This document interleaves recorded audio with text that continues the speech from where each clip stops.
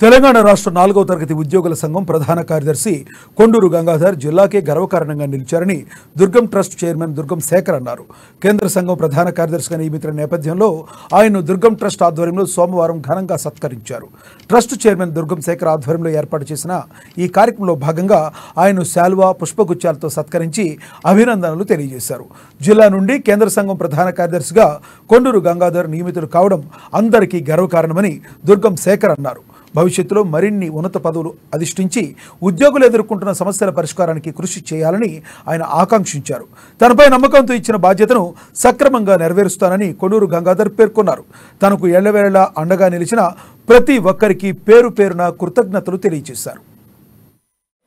ఈ రోజు రాష్ట్ర స్థాయికి ఎదిగినందుకు ఈయనని ప్రత్యేకంగా గుర్తించి రాష్ట్ర ప్రధాన కార్యదర్శి అంటే చిన్న మాట కాదు.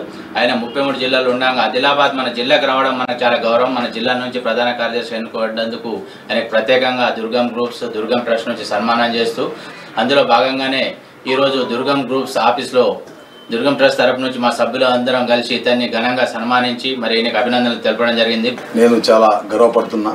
మరి దుర్గం ట్రస్ట్ నుంచి అన్నగారు మరి ఇప్పటి సంబంధాలు కావు, దాదాపు మాకు 20 సంవత్సరాల నుంచి సంబంధాలు ఉన్నాయి. అన్నగారు కూడా మరి చాలా మందికి ఉద్యోగాలు ఇప్పించడంలో కానీ మరి ఎన్నో కుటుంబాలకు కూడా జీవోపాధి కల్పిస్తున్నాడు.